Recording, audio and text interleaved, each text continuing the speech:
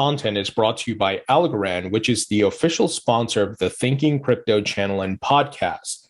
Algorand is building the technology to power the future of finance, the convergence of traditional and decentralized models into a unified system that is inclusive, frictionless, and secure.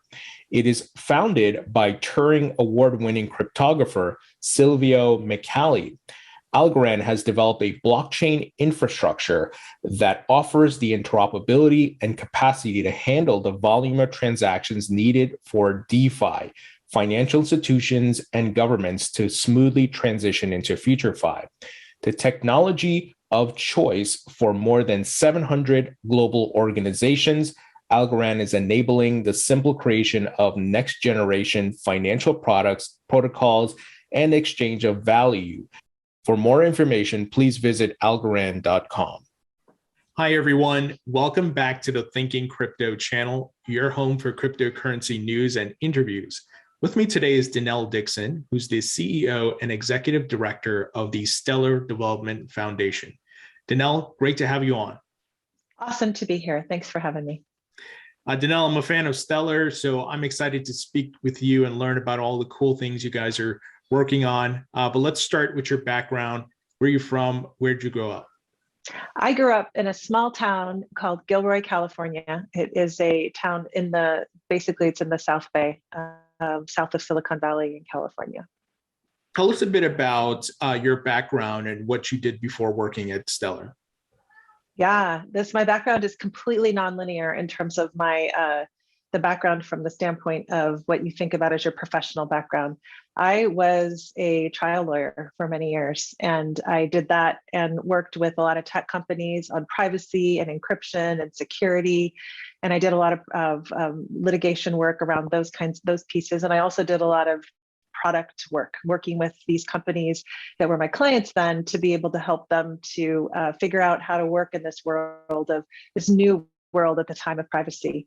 After that, I went to work for one of the clients that I had, which was Yahoo. And at Yahoo, I did a lot of product work in working with their main products. And also I did work in working with the investors, as well as working with a lot of policy issues. It was a really fun space. And then I went into private equity, and that was also a former client. And so it was a really fun part of understanding, sort of opening up my space to the financial side of the business, and really understanding what are the reasons why you would make investments, and how you would process those things, and how you would hold portfolio businesses and what you would do with those. And then after that, I went to work in a completely different space, focusing on, I worked at Mozilla. And so there I did business, I did all the revenue lines, I focused on product work, I did all the policy pieces, and really focused on the importance of open source and the importance of what it really means to be able to develop in the open, and to focus on policy, not from the standpoint of any one specific product, but for the broader ecosystem, and the importance of interoperability and the importance of standards and all of that work, which was so fascinating. And it really opened my eyes up to something that I think we get a little bit lost in terms of the importance of technology and innovation is super, super important. But really, what we really need to ensure is that we actually have a framework that we can ensure innovation can happen from all parts of the ecosystem. And I think we got a little lost in Web 2.0, and maybe even the later days of Web 1.0 in terms of that, because it all sort of centralized in terms of what I call the content side of the web, which was very frustrating to me at that point, because I think we all sort of lost this notion of what the importance is about open source and standards and interoperability, which brought me here to the Stellar Development Foundation and into this space, which I think can actually really improve the ideas of decentralization, but also really focus on the importance and the value of interoperability and what that can do when you focus on standards, so that you can actually have innovation from all corners of an ecosystem, and innovation that helps everyone instead of just a few.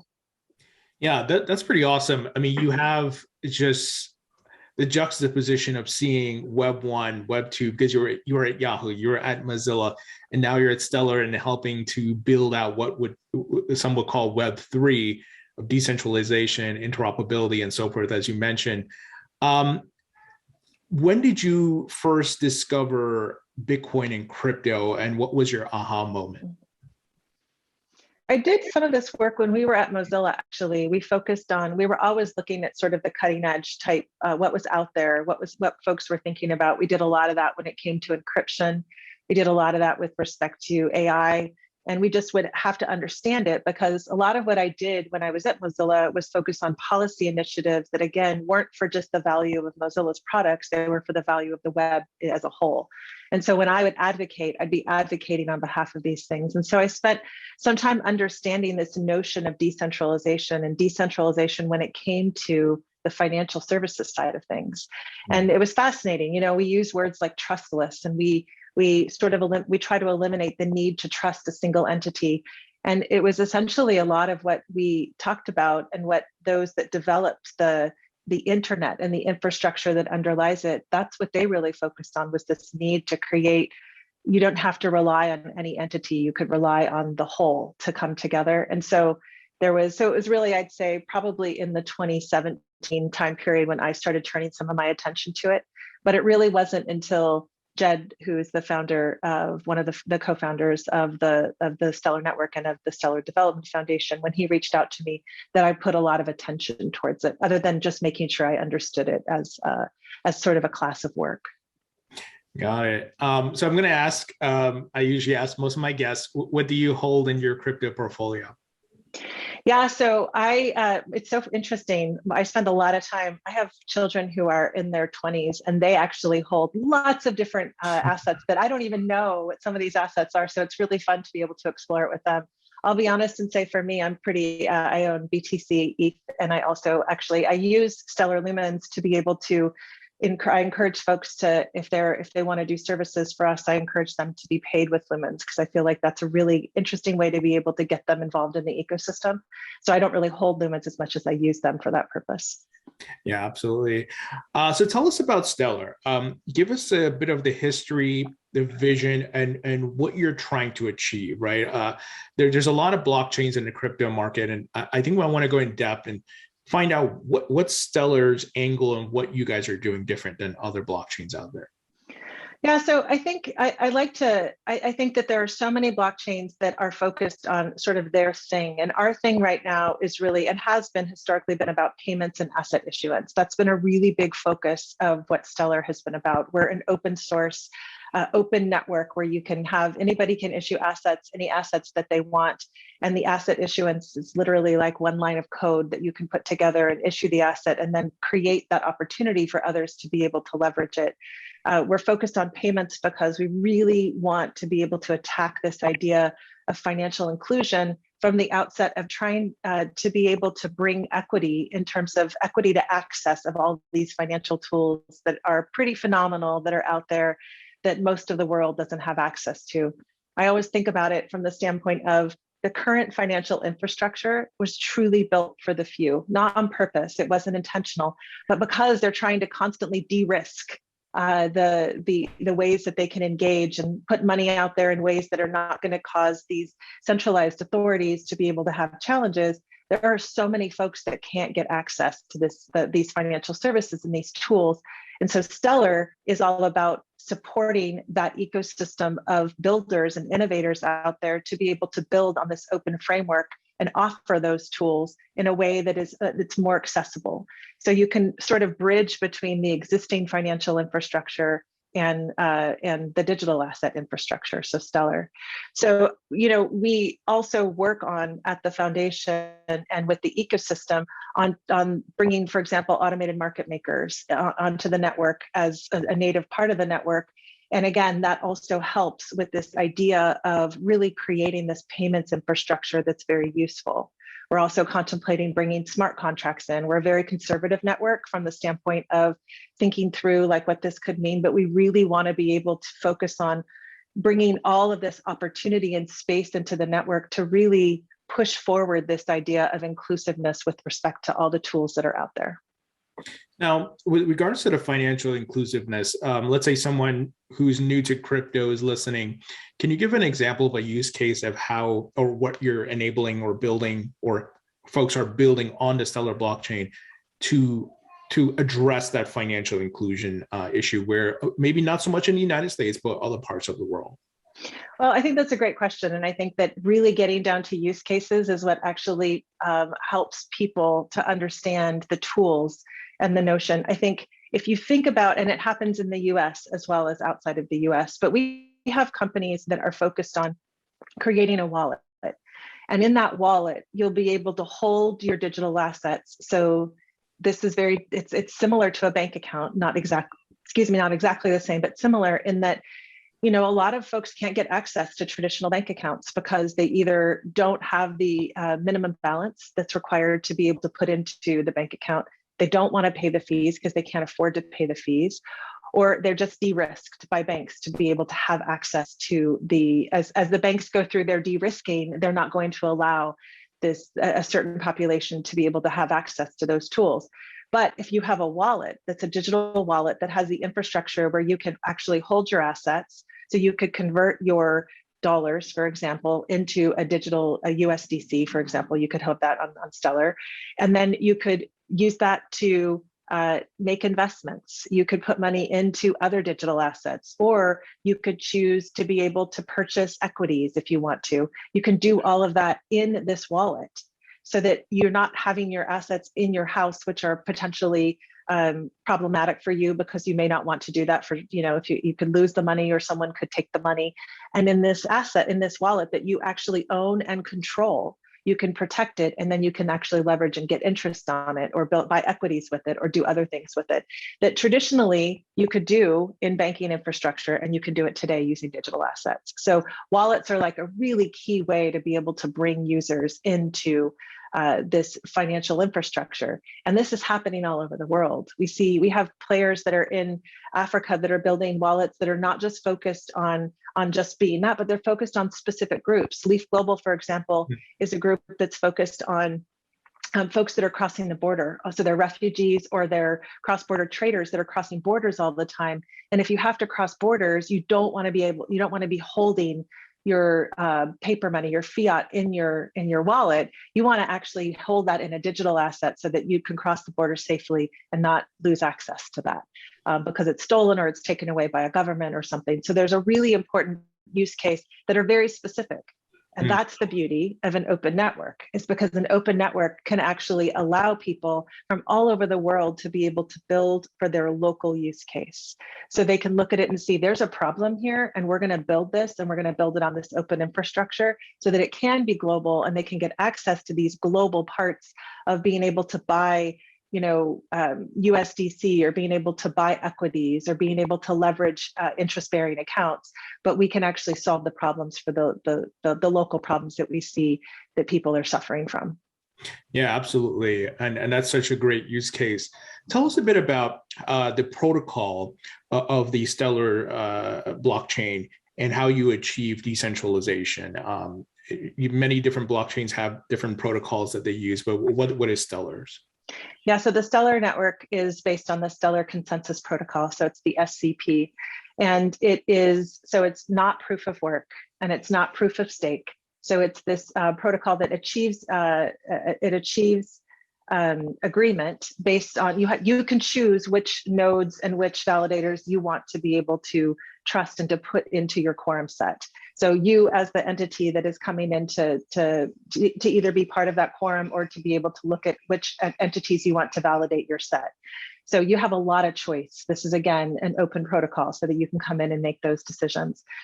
So that's how agreement and consensus is achieved. It's not achieved by doing you don't have to do any algorithmic equations. It's just you choose your quorum set, and each members of the set decide whether they're going to approve a transaction. And if sufficient number approves it, then it's approved and consensus is achieved. And tell us about the XLM token and how that functions on the network, and as well as Stellar's respective part that it plays with managing that token, if that is the relationship. Yeah. So the XLM, if you think about what it is, it's required for all transactions, and it protects against spam and DDoS. It's actually not required if the whole XLM is not, or just a stroop of that is required. So it's 1/100,000th of an XLM that needs to be utilized for each transaction. And so that really has to be part of each transaction to make sure that we don't have a bunch of spammers on the network. They're going to cost lots of folks money. So we think about the XLM also as a bridge currency on the network. So for example, if you want to go between pesos and the Brazilian local currency, and you want to be able to, and there's no direct link, or that direct link between the two of them is higher, maybe costs more if you look on the DEX, because Stellar itself has the Stellar decentralized exchange, and so there's a DEX on the network that it can be leveraged for these kinds of exchanges to happen. But you could bridge through the XLM if you don't like the price, or you can't see that there's an easy way for you to go direct to another currency. And it happens to be the most liquid currency on the Stellar network, and so it's actually leveraged a lot for bridging as well. The foundation itself, so the Stellar Development Foundation, holds a lot of assets in XLM. And we actually have what's called our mandate page, and it's on the network. And you can actually see very clearly which lumens are held in which accounts. So in the mandate we've set up, we're required to, we call them Stellar's lumens. So there's some lumens that are set aside just for the management of the foundation itself. And those lumens are also available to be seen, like how they're being used in our mandate section, but it's a real-time ticker. So if we take lumens out of one section, you can see what we're doing with those lumens. And we have it set up so that we have grants that we give. We also do investments out of the enterprise fund, which is set up in the mandate, so that we invest money into organizations that are going to build and bring value to the Stellar network. And then we put that, in the event that there's a liquidity event and there would be value achieved from that investment, we put that right back into the enterprise fund and reinvest in other companies out there.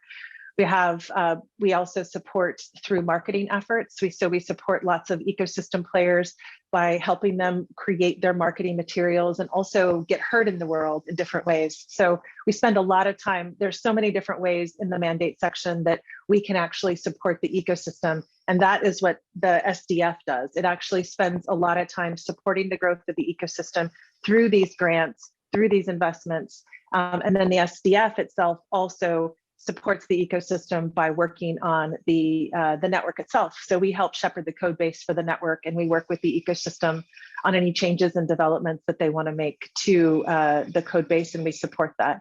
We also help with integration. So if you're building something on the network and you get to a place where you're like, the documentation is awesome, but it didn't get me through here, we also support free of charge anybody who wants that kind of support to be able to help them to get fully integrated on the network.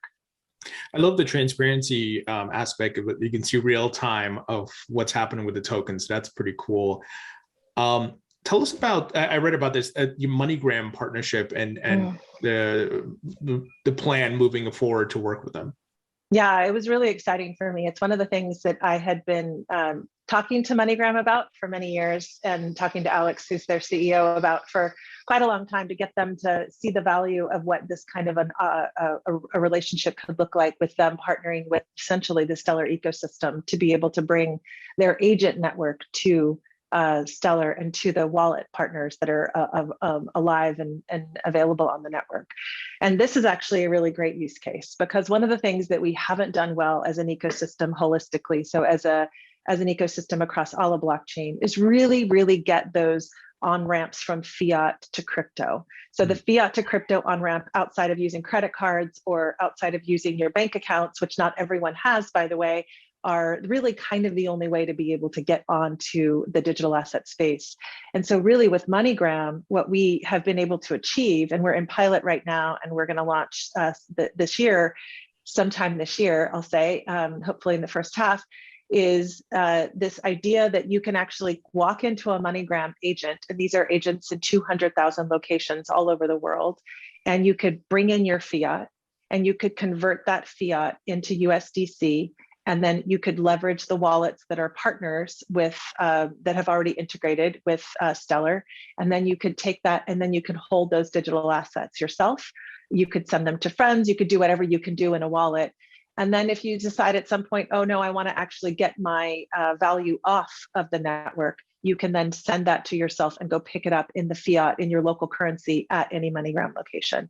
It is a huge step forward for that notion of this on and off ramp, because it's something that I think we sort of missed as this ecosystem developed, that it's easy for those of us that actually have bank accounts and that have credit cards to be able to do this, but it's not easy for everyone. And so this gets to that financial inclusion point from our standpoint. And then from MoneyGram's standpoint, it also really gets them to the place where they're doing real-time settlement, which is huge, because that's not something that folks in that space have been able to do for a really long time. Yeah, absolutely. And that's pretty amazing. You talked about how that would function, and folks will be able to put their respective funds in USDC. They can earn and then easily take it off or withdraw it as needed. I know there's been a lot of big news around Stellar and a lot of things with the 2021 wrap up. So I'm going to run through them with you. One being processing 1.8 billion transactions. Can you tell us a bit about that in 2020? Yeah, it was pretty cool, because I think it was in 2020, we said that we hit the 1 billion mark from the date of inception of the network. So that was in 2014 when the network started. It took us until 2020, it took the network until then to be able to hit the 1 billion operations, which is a pretty big feat in and of itself. It shows maturity and growth, but then to do almost double that in 1 year is a pretty remarkable feat. So we've been able to demonstrate, I think it's a lot of the focus on the ecosystem and ecosystem growth. The one thing that I love about what I get to do is really promote and discuss all of these phenomenal innovators that are out there focusing on these like local real world challenges that they want to be able to take and move forward for people. And those are the individuals that are pushing the transaction volume. Those are the individuals that are making these operations effective. And so I think it just shows the amount of attention that they and the Stellar network were able to achieve this last year, to be able to more than double something that had taken us 6 years to be able to get to before. Wow. Also tell us about Lumenswap. And there's a bunch of other stuff I want to ask you about too. Yeah, so Lumenswap is, just like the Stellar DEX, Stellar has its own built-in decentralized exchange. Lumenswap has been able to create its own, they're a third-party DEX that they are built on the network. And as an open source project, the cool thing is that anyone can build on Stellar and kind of do whatever Stellar wants to do. I mean, whatever they want to do on Stellar. So since its inception, Stellar has also featured that you can own your built-in DEX that operates on an order book model. And so that's essentially what Lumenswap has been able to do. So it's pretty cool to see these really awesome players out there that are developing these new features that end users, but also businesses can actually leverage. And last year in the November time period, which might be something that you're going to get to as well, the network validators voted to introduce the AMM functionality into the network, which was a significant upgrade and that allowed third-party developers to build their own tools for this liquidity provisioning. And so we've already seen a really tremendous growth with respect to that. But it was a really fun time for us to see the AMM being put into the network. First of all, it's native to the network, so it's built into the code base, which is an important piece of it. But really what I loved about it is the way that we really connected with the ecosystem, and really that whole notion of being truly decentralized and working together with an ecosystem has lots of different needs and wants. We had a lot of back and forth about how this should actually come together and what it should look like in public back and forth with the ecosystem. And from my standpoint, as an open source fan and sort of zealot in terms of really trying to create that transparency and that interoperability with the ecosystem, it's a really important thing to be able to do. So I think that for me, the AMM and how we introduced the AMM and how the ecosystem really started developed, what they did is we helped to build the code base for the AMM itself. And then the ecosystem simultaneously was working on building the front end so that end users could leverage it right out of the box. Sometimes it takes a bit of time once you put the code base out there for folks to be able to build on it and to create really cool things with it. But with this in the AMM context, it was a really fun thing that we actually saw these liquidity pools start right away.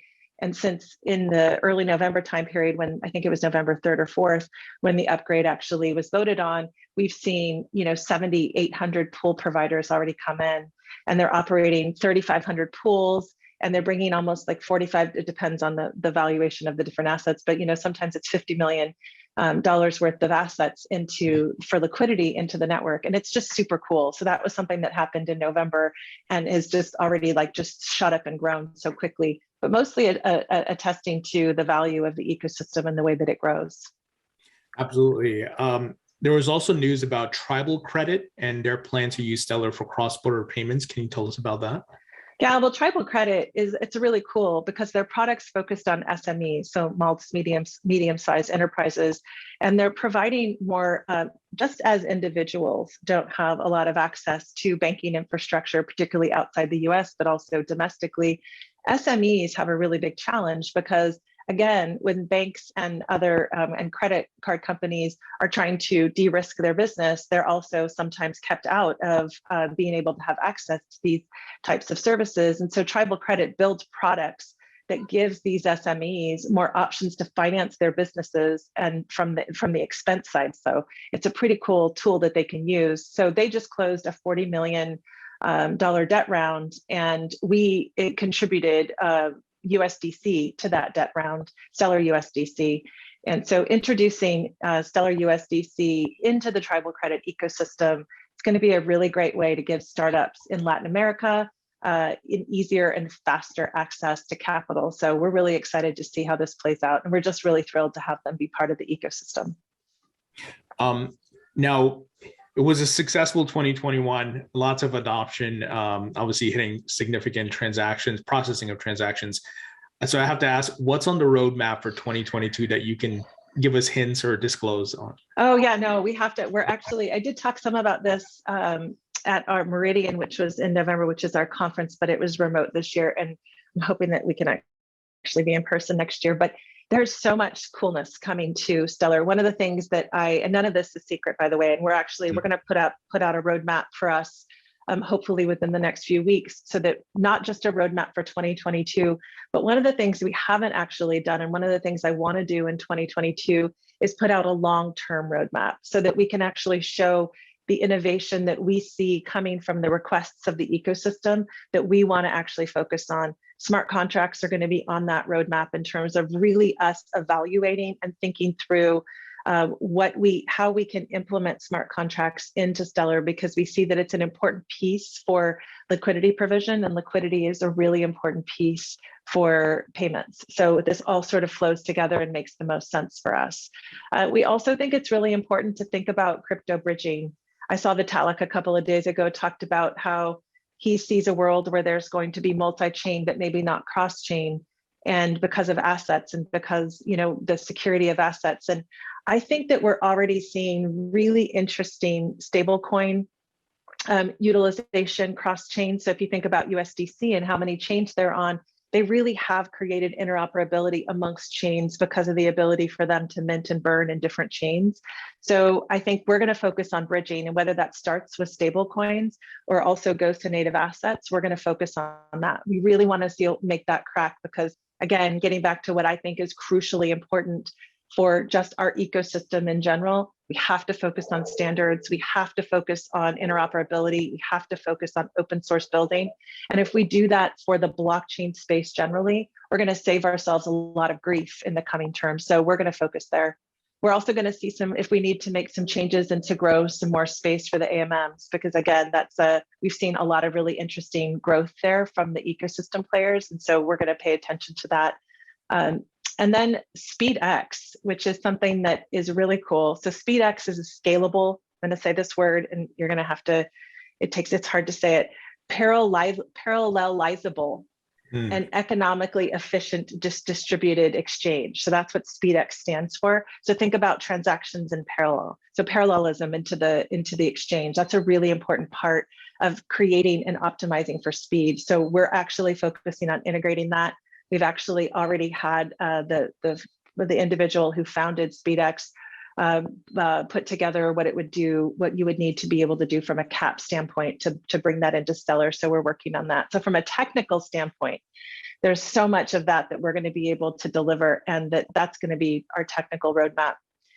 In addition to some other things too, we're going to look at NFTs. We already see that there's Lightment on the network on Stellar that's already doing some really cool stuff with NFTs, and we're going to see if that's more, if we need to do more for that as well. And then we're going to continue to really focus on growth of the ecosystem, and we're going to see that growth in terms of new applications that we need to bring. I love the idea of bringing payroll and payroll providers into Stellar. If you think about even the AMMs, the cost of the fees in the AMMs, it's like one thousandth of a penny. That's how much it costs. It's very different. So if you think of speed and cost as sort of being our differentiation point, payroll is a great space to start, because if you then get folks paid in stablecoins, for example, and then they can hold those assets and then make payments through using those assets, it saves so much for them, and also really speeds up the effectiveness of how the financial network can work. So I see some of us really trying to focus on cool applications there. I think gaming is another interesting one. I think gaming platforms leveraging the speed and the efficiency and the low cost of the network would be a really cool thing. So, and then of course, we're going to focus on the on and off ramps, and MoneyGram is going to be a big part of that. That's exciting, and I'm looking forward to those respective updates. You mentioned NFTs, and that was going to be one item I was going to ask you about, but also I wanted to ask, and you may not be able to answer this, but central banks are approaching different blockchains to build their CBDCs on, their piloting and so forth. Have there been any talks with central banks to use the Stellar blockchain or network to build CBDC? Oh, for sure. And we've spent a lot of time with Ukraine and the Ukrainian government, and working with Tascom Bank there to be able to, we work with the Ukrainian government specifically to focus on their CBDC strategy, because they have digital asset strategy. The president is very, very focused on making it so that there is a cashless sort of economy there, and so it can all be digital. So CBDCs are coming down that path, and so we spend time with them. And Tascom Bank is a bank that's located in Ukraine, and we're working to support them with respect to the issuance of digital assets there. We've also worked with ecosystem participants in building these types of things for, like, the Singaporean government. We've spent time working on, they had a track where you were submitting projects to them, and we've made it through the gates with respect to that. We're really, I have to say, like, it's the underlying Stellar technology, but it's actually the ecosystem partner who spent a lot of time there. And we're constantly engaged with different regulatory bodies on this, but also with different the NGOs around the world that are also working with these central banks to be able to help them to figure out what they need to do to be able to bring this there. So I'm really excited about CBDCs. I would be awesome to say that in 2022, one will issue. I'm not sure that we're going to see that coming as cleanly as at least an open and operable CBDC. There's still some things we need to work on there, but we spend a lot of time there. And I think that if not by the end of 2022, I think we'll see something in 2023. On that note of CBDCs, do you feel those will be complementary to cryptocurrencies and the whole token economy, if you want to call it that? I think so. I think that, what I would love to see is this really nice exchange between the private sector and the governments on how CBDCs can be worked through and issued. I want to see that on stablecoins too.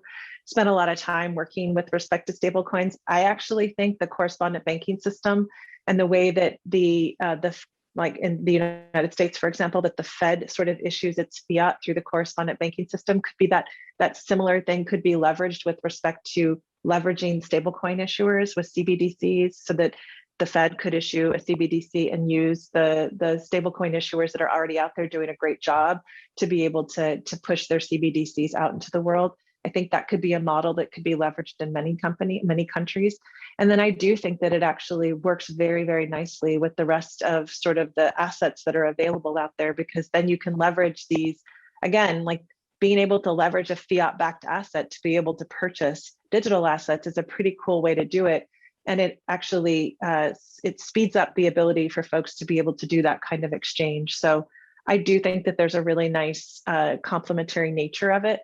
I also think it's really important that we figure this out. We figure out stablecoins and make sure stablecoins are protected. I think that's a really crucial part of our ecosystem. And then we also need to figure out how CBDCs play in that. Yeah, absolutely. Before we go to the other segment of the interview, talking about the crypto market at large, I have to ask a quick question, and it's okay if you can't answer it, but what's it like working with Jed, and what is he up to these days? Is he very much involved, or is he, I know he's an entrepreneur at heart, and he's been part of Mt. Gox and many different things historically in the crypto market, but what's he up to these days? Yeah, so Jed is actually the reason why I decided to come to SDF. Jed and I spent a good many months actually talking about whether this made the most sense. And we sort of made sure that we were going to, not only get along from a personal standpoint, which Jed is like one of the easiest humans to get along with, but also professionally to make sure that we would actually gel in terms of the way that we worked. And we work really, really well together. Jed has been the most supportive founder that I have ever worked with, which was just amazing to be able to be a part of, because Jed is very deferential in terms of, he's like, look, I trust you on making decisions. And yet when I have questions about where we should go, Jed is always there. So Jed and I talk all the time.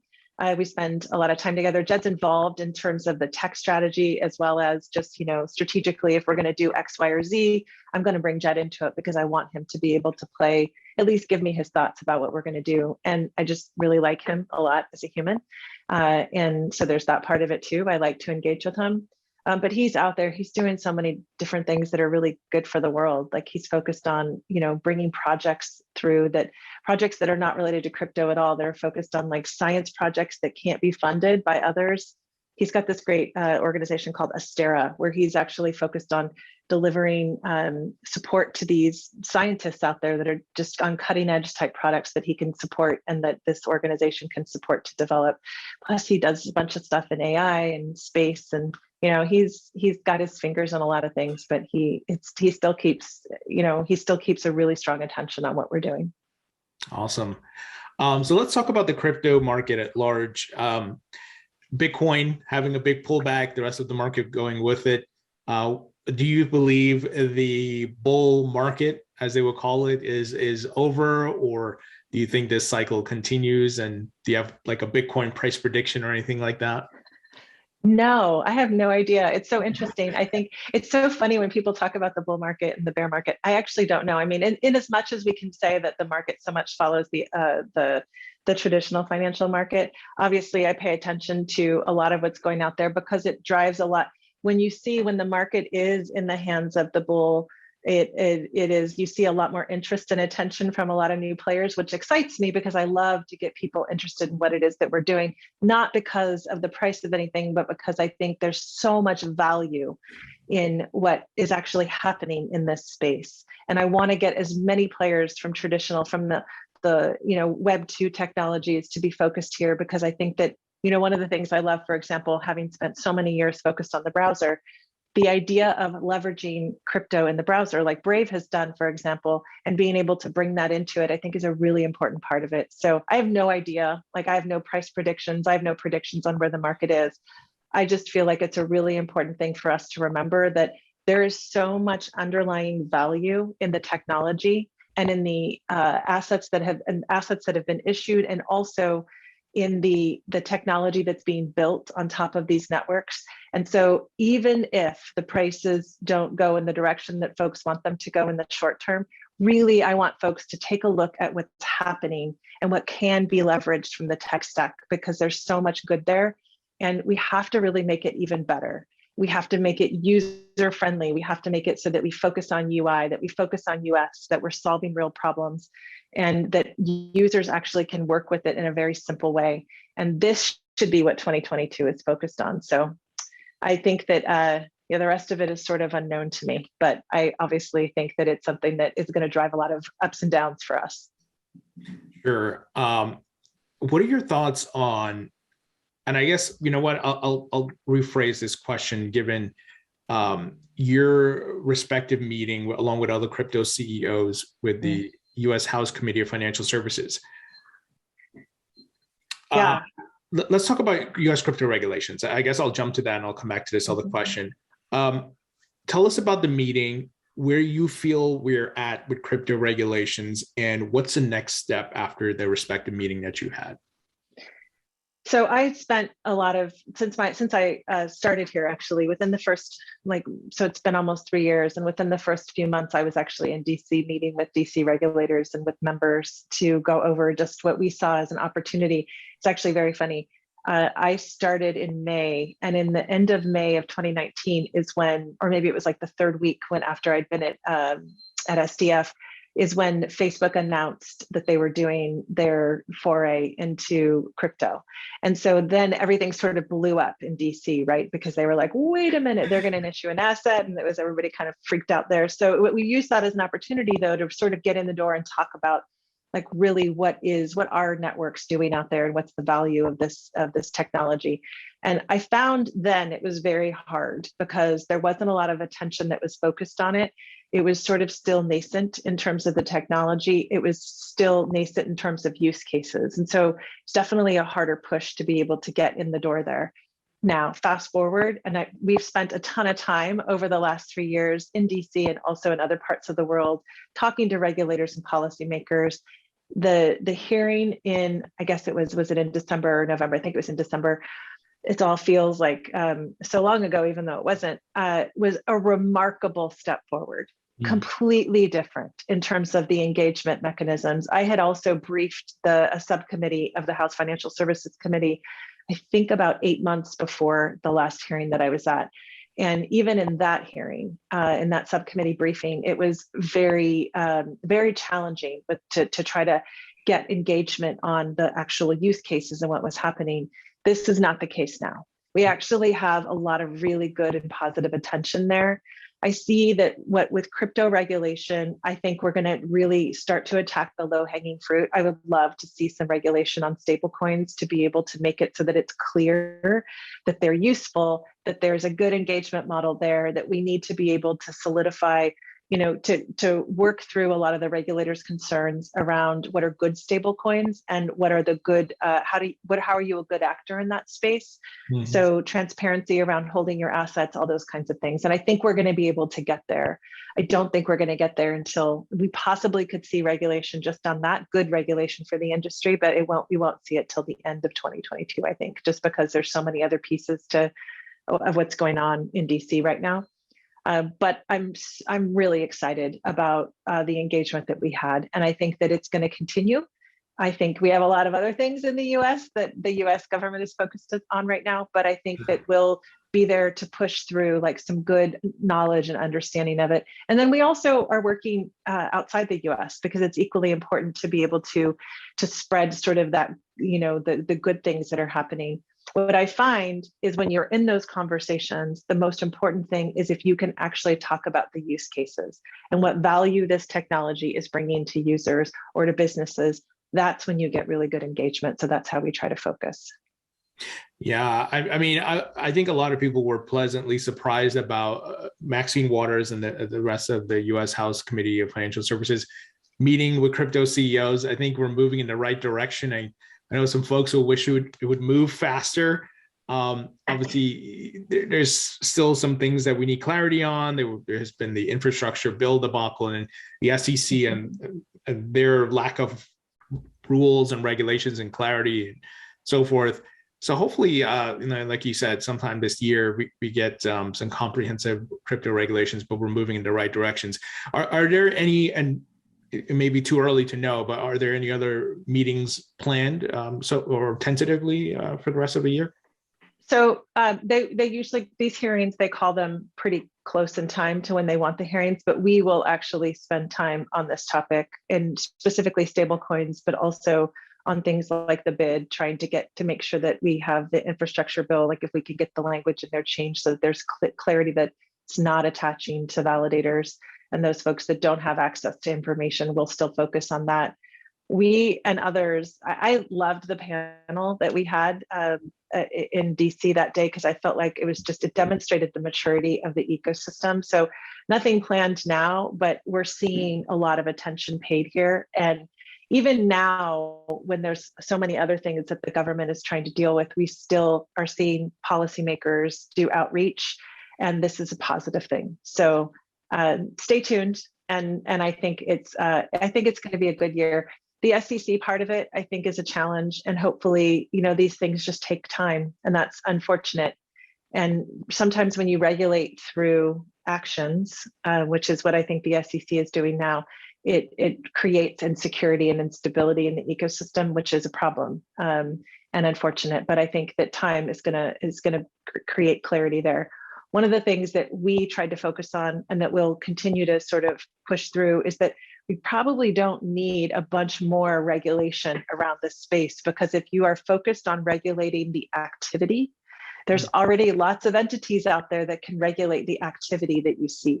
So I think comprehensive, meaning like very, very detailed and very large regulation, is probably not necessary, but there might be gaps like in the stablecoin space, and that's where we like to focus.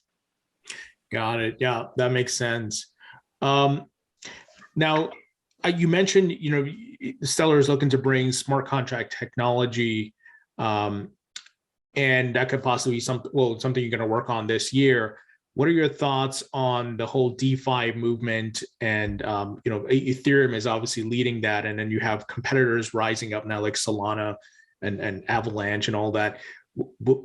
I don't know if you can answer this, but would there be plans to leverage like an existing smart contract platform like an Ethereum or Ethereum virtual machine and integrate that into Stellar? And I know there's a lot there. No, this is a great question. And these are exactly the issues that we're targeting right now, because we have a team exploring and developing the smart contracts and to enable others to innovate on Stellar. So we really want to be able to, and it could be that we leverage an existing smart contract, whether it's Solidity or whether it's Move, or there's a bunch of different ways out there that you can think about it. But we really want to be able to bring the right language and the right contracting mechanism into the network. And so we're going to focus on that. And we have a team that's looking at that now. So we think in the near future, we'll be able to introduce the smart contracts with the right guardrails in place to protect Stellar users. I mean, that's part of it for the ecosystem. The other thing is that what we also don't want to do, if you think about what Stellar was built for, asset issuance and payments, is we want to make sure that the payments infrastructure is equally protected, so that you can so the payments themselves don't become that the costs become so high, the fees become so high because of something happening in the smart contract space, for example.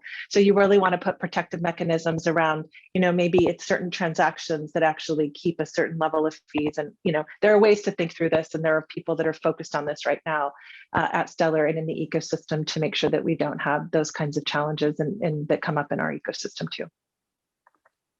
Got it. Now, we touched on NFTs a bit. What are your thoughts on how the market has been booming? And do you own any NFTs? I do not. I think NFTs are super interesting, though. I'll tell you this. I read an article, I think it was in New York, when they used NFTs to be able to get into whether it was a party or a gathering.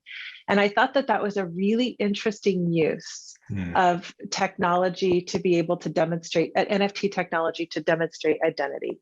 And identity at a certain level, right? Not necessarily to the human, but maybe to the account or something like that. So I kind of love the idea of what's happened with NFTs. Like, you go from this really cool thing about creators and being able to leverage value for creators, and then you can take that technology and then bring it into something like identity. And I think that we're going to see more work done there.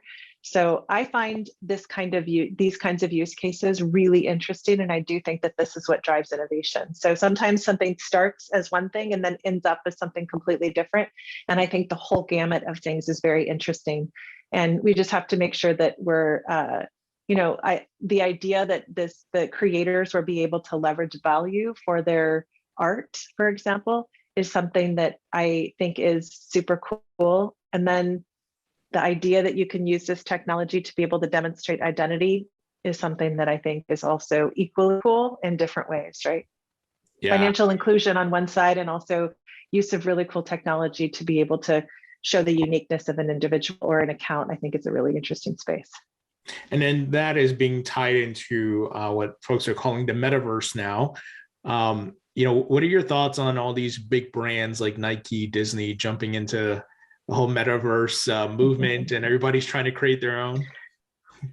So I think this is what happens with new technology. If you go back to the early days of the web, when you have these brands who come in to be able to make themselves feel like they're like on the cutting edge. And I think frankly, it only brings value to the ecosystem at large, because once you have that kind of attention, even if the initial foray into it wasn't actually spot on and wasn't actually valuable itself, the idea of these players putting money towards this technology is actually going to come out with something. And we saw this happen in the early days of the web too.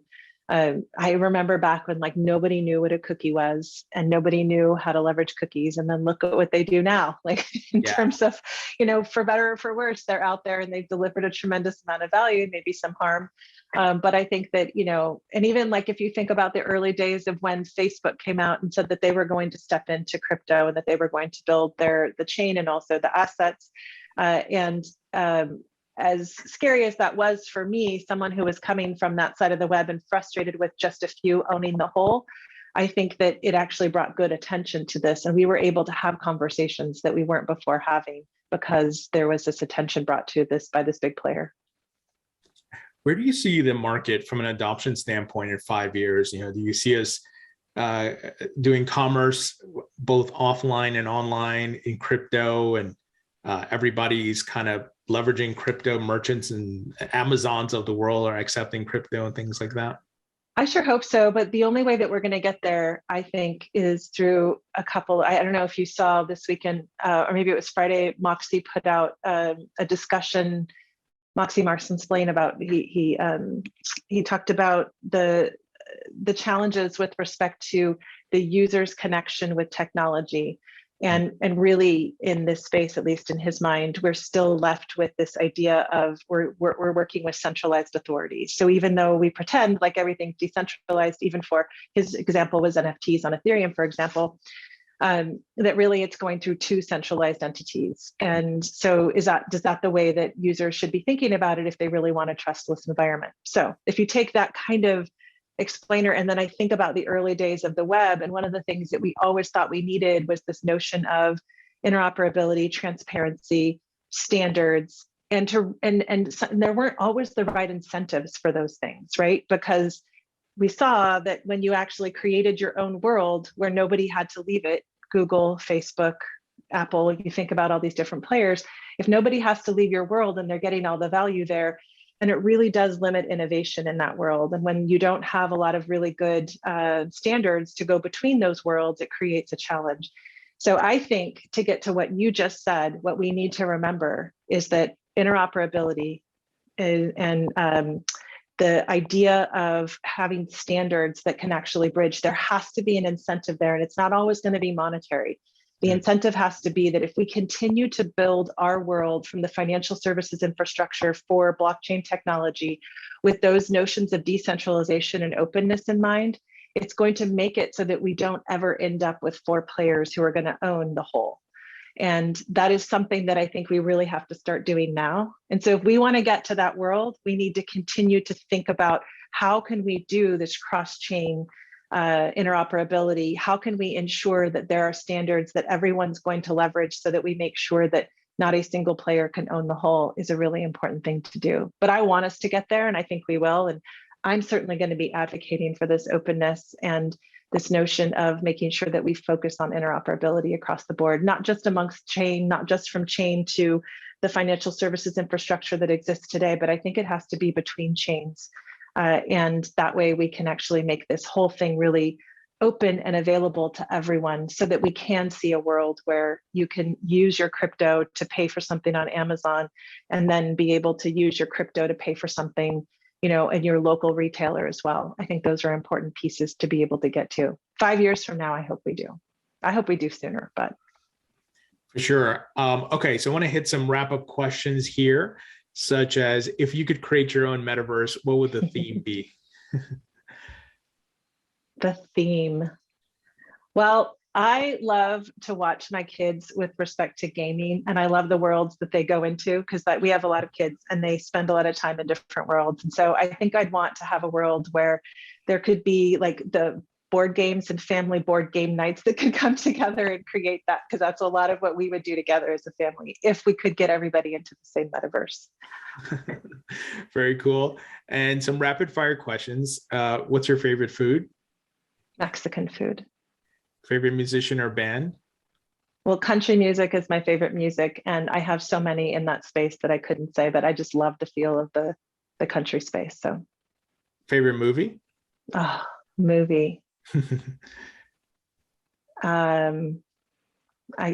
can't. There's so many. I just I can't. I don't know about the movie. I'll come back to it. Favorite book? A Movable Feast by Ernest Hemingway. Awesome. And when you're not working at Stellar, what are you doing for fun as a hobby?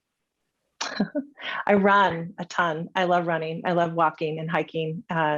And mostly I really love playing board games with the kids when they give me attention to do that. So those are sort of the hobbies that I spend time in.